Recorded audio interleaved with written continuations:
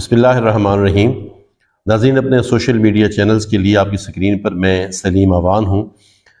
پہلے ایک شعر آپ کی نظر کرتا ہوں کہ شعوری کوششیں منظر بگاڑ دیتی ہیں۔ اس نے کہا کہ شعوری کوششیں منظر بگاڑ دیتی ہیں، وہی بھلا ہے جو بے ساختہ بنا ہوا ہے۔ شاعر کا نام میرے ذہن میں نہیں ہے تو میں معذرت چاہوں گا۔ میں یہ نہیں سمجھ رہا کہ یہ میرے آج کی کانٹینٹ کے ساتھ ملتا ہے یا نہیں ملتا، لیکن میں بہرحال سے ملا رہا ہوں۔ حکومت، پی ٹی آئی، ایم کیو ایم اور مولانا فضل الرحمان کیسے تعلقات چل رہے ہیں، کچھ اس پہ ہم ڈسکس کریں گے۔ بات ہم شروع کرتے ہیں شیر افضل خان مروت کے اس بیان سے کہ انہوں نے کہا کہ پارلیمنٹ میں ایسے لڑائیاں ہو رہی ہیں جیسے سوتنیں آپس میں لڑ رہی ہیں۔ ہم اگر اپنے جمہوری عمل کا اگر ہم اپنی جمہوری حکومتوں کا کچھ جائزہ لیں تو کب ایسا نہیں ہوا؟ کب ایسا ہوا کہ ملک کے مفاد کے لیے، عوام کے مفاد کے لیے، جو شاید ہمیں کبھی نظر بھی آتا ہو، ملکی مفاد کے لیے، عوام کے مفاد کے لیے کب ایسا ہوا ہو کہ حکومت اور اپوزیشن ایک صفحے پر ہوں؟ مجھے تو یوں لگتا ہے کہ شاید انہیں وہ صفحہ ہی نہیں مل پاتا۔ اسی لیے کیا ہوتا ہے کہ جب بھی الیکشن ہوتے ہیں تو ایک پارٹی جیت جاتی ہے اور ہارنے والوں کے ساتھ دھاندلی ہو جاتی ہے۔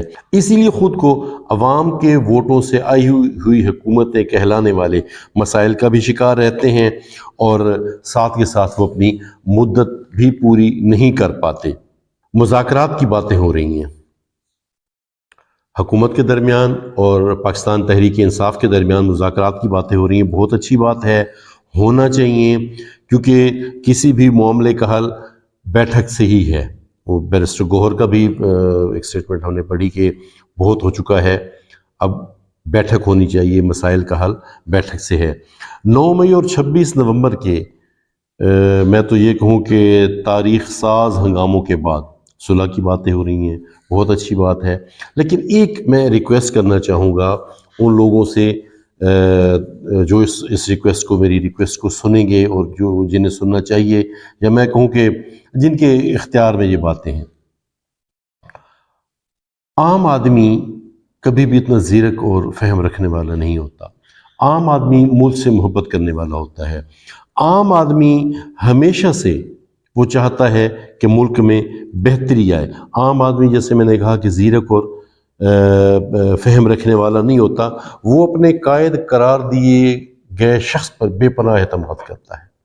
عام آدمی نے کیا کیا؟ عام آدمی نے قرض اتارو ملک سنوارو کے موقع پر بھی ساتھ دیا۔ عام آدمی نے ڈیم بناؤ کے وقت بھی ساتھ دیا۔ عام آدمی نے افتخار چودھری کی بحالی کی مہم میں بھی ساتھ دیا۔ عام آدمی نے کینسر اسپتال بنانے میں بھی ساتھ دیا۔ عام آدمی نے چندے دیا۔ عام آدمی نے 126 دن کے دھرنے دیے۔ عام آدمی نے 9 مئی کو بھی امید لگائی۔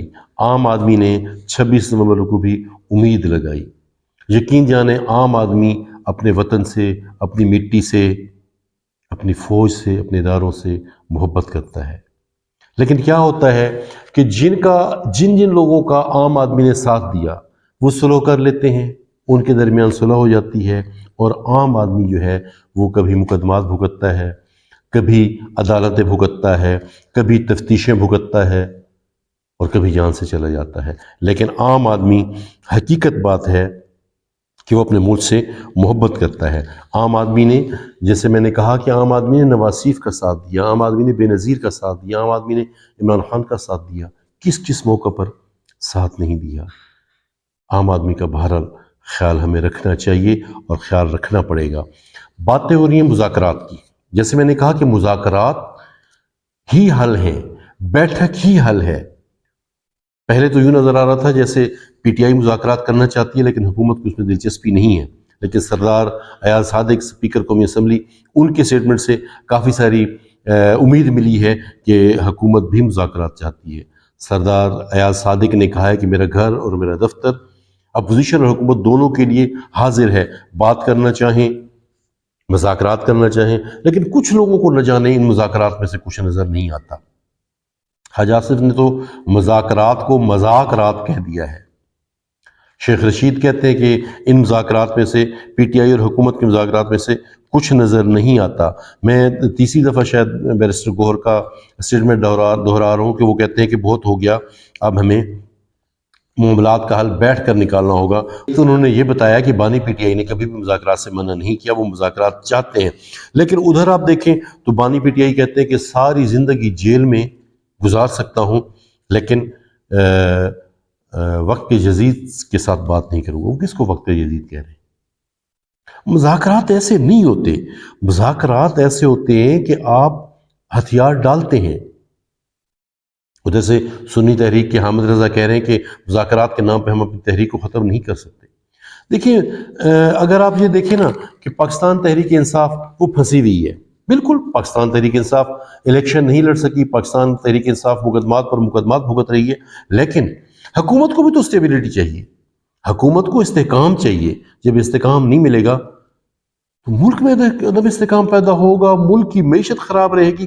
حکومت کی بھی ضرورت ہے کہ ملک میں ہنگامے نہ ہوں۔ پاکستان تحریک انصاف کو جہاں مذاکرات کی ضرورت ہے، دونوں فریقین کو ضرورت ہے وہ مذاکرات کریں، وہ اکٹھے ہوں، وہ بات کریں، تبھی جا کے معاملات حل ہوں گے۔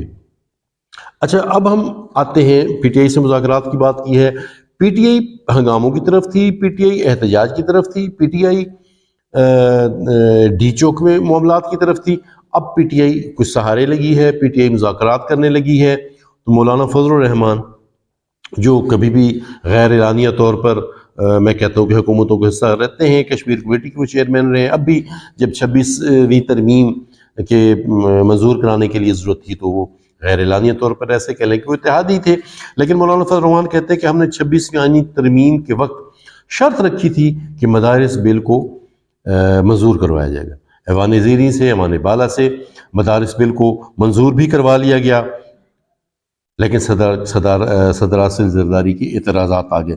مولانا یہ کہتے ہیں کہ 56 شکوں میں سے جو حکومت نے تیار کی تھی، 34 میں ہمیں اعتراض تھا تو اس پر بات کر لی گئی، معاملات حل کر لیے گئے، لیکن جب بل ایوان زیریں اور ایوان بالا سے یعنی قومی اسمبلی اور سینٹ سے پاس ہو جاتا ہے، اس کے بعد صدر نے اس پر دستخط کرنے ہیں، صدر اس پر معترض ہو جاتے ہیں۔ کیوں؟ اب صدارتی اعتراضات کی بات کریں تو صدارتی اعتراضات جو سامنے آئے ہیں وہ آپ پڑھ بھی چکے ہیں، سن بھی چکے ہیں۔ تو کہا جاتا ہے کہ مدارس بل پاس ہونے سے عالمی پابندیوں کا خطرہ ہے، قانون کی گرفت کم ہوگی۔ سوسائٹی رجسٹریشن ایکٹ 1860 میں دینی تعلیم شامل نہیں تھی، بلکہ اس میں فائن آرٹس شامل ہے، جس میں ڈانس کلاسز اور آرٹ کلاسز شامل ہے۔ اگر دینی تعلیم اور فائن آرٹ ساتھ رکھے جائیں گے تو تنازع ہوگا، اور دیگر کے ساتھ ایک یہ بھی ہے کہ مدارس کی رجسٹریشن سوسائٹیز ایکٹ کے ذریعے سے شروع کی گئی تو قانون کم اور منمانی زیادہ ہوگی۔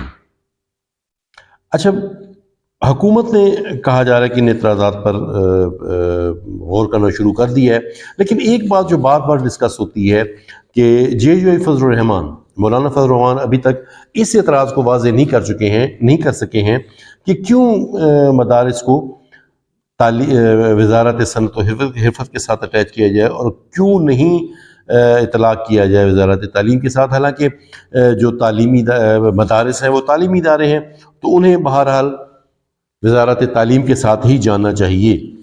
لیکن اس بات پر بہت ڈٹے ہوئے ہیں، مولانا نے کڑا موقف اختیار کر لیا، حالانکہ حکومت کہتی ہے کہ ہم اس پر بات ہو سکتی ہے، ہم بات کر سکتے ہیں، لیکن مولانا نے اسمبلی میں بہت کڑا موقف اپنایا، انہوں نے کہا کہ جو مدارس بل ہے وہ تو ایکٹ بن چکا ہے۔ قانونی طور پر جب آصف علی زرداری صدر پاکستان نے پہلا اعتراض دیا تو اسپیکر قومی اسمبلی سے کلمی غلطی سمجھ کے درستی کروا کے بھیج دیا، دوسری دفعہ اس پر اعتراض لگایا نہیں جا سکتا تھا، اور اب مطلوبہ ٹائم گزر چکا ہے اور صدارتی بل جو ہے وہ ایکٹ بن چکا ہے، لہٰذا حکومت کو اس بل کو منظور کر کے اس کا گزٹ نوٹیفیکیشن جاری کریں۔ اگر نہیں کریں گے تو مولانا کہتے ہیں کہ پھر فیصلہ ایوانوں میں نہیں ہوگا، میدانوں میں ہوگا۔